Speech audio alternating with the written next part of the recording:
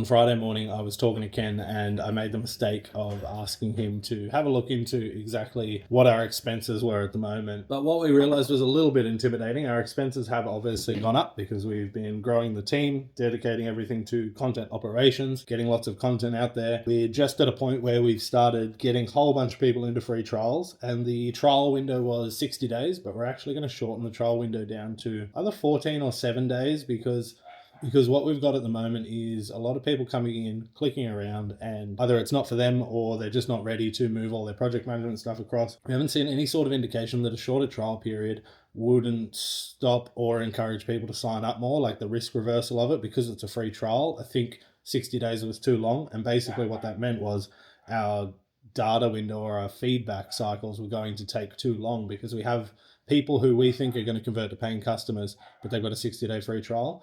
What we might do later on is bring the 60-day or 30-day trials back to test if they improve conversions once we've got a lot of people funneling in. But we want to get, basically the goal is, because of our expenses, the goal is to get about 300 paying customers into the system as fast as possible, like in the next 6 months. So on Friday, Arvo, we got the whole team aligned around that goal. And today we're going to break it down into all of the things that we want to test. So one of the things that we want to go into is trying different things. So we've been using Facebook ads, meta ads on Instagram.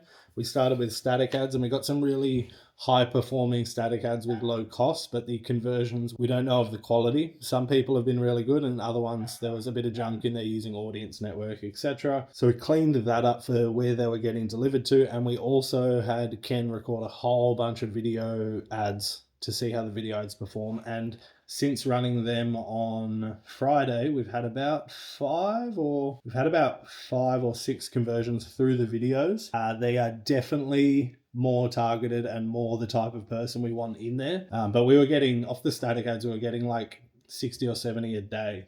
And now that's gone down to 5 over the weekend. That's fine because the weekend's usually much slower anyway, especially the alternate, because most of these people signing up are in the US. So we will see today be slow as well. And then we'll get better data on Tuesday, Wednesday. And they look like much more genuine businesses than we were getting before, which is good, which is interesting. But the other things we're going to try are looking around for creators who want to make videos about the product, to do like influencer marketing essentially. But what I need to do for that is put together I guess there's something like a press pack that you would use, which you'd send to a creator and say, these are the talking points, these are the things we want you to talk about, then just let them go for gold. I would have always preferred to keep the people promoting the product to people who have used the product. But with our time horizons, I just don't think we can get over this, I guess, the friction of moving your entire project management thing. I don't think we can wait for those people to start using it to get this. And the other thing I've been thinking is,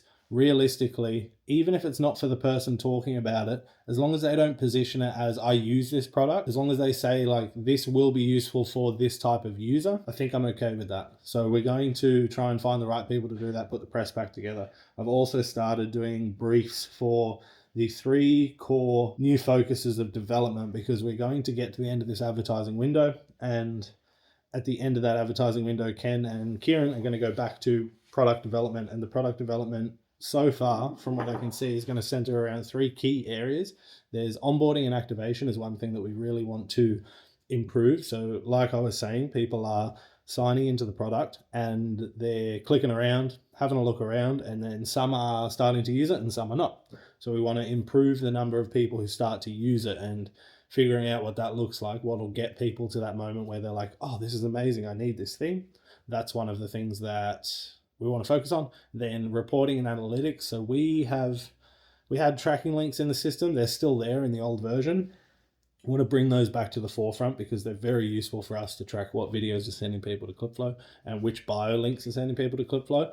And then we also want to aggregate all analytics and data back into the platform. So we have 3 YouTube channels.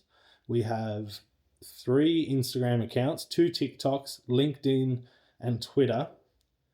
And essentially what I want to do is be able to track not just the tracking links from the bios, how many clicks they're getting, but the aggregate views across all of these things. And then more importantly, which leads into the next thing that we'll be working on, is which posts correspond to better performance to get back to like what are we making that is working and converting? What are we making that is growing the audiences? So the next thing for Clipflow in the production space is most likely going to be posts, which is once you're inside a project, you can create a post. The post could be a YouTube video. We are not doing the passing off to the platforms. This will just be a way of scheduling and planning everything, but not like automatically scheduling it for you.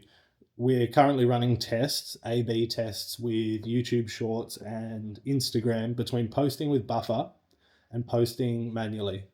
And almost every single time we post from a third-party platform, it's dropping the views massively. Now, I don't know if it's just location-based, time-based, what's happening. We're trying to figure that out, but we don't want to go into being a publishing tool until we've figured that out. And the thing that really slows down the publishing part from our experience is not knowing exactly what to do and when. So if we can get posts in the system, a project can have multiple posts, go to different platforms, and you as a publisher can just work through the checklist.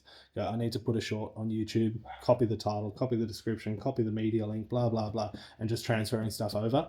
It's an annoying manual thing. It'll be about 10 times better than it is right now because you'll have everything contained in the one spot. It'll also give us the opportunity to put the tracking link bit back into YouTube descriptions and channel bios and stuff. So I started speccing out those project briefs so that I can get a little bit of pre-work and pre-consideration done before they get ready to start development.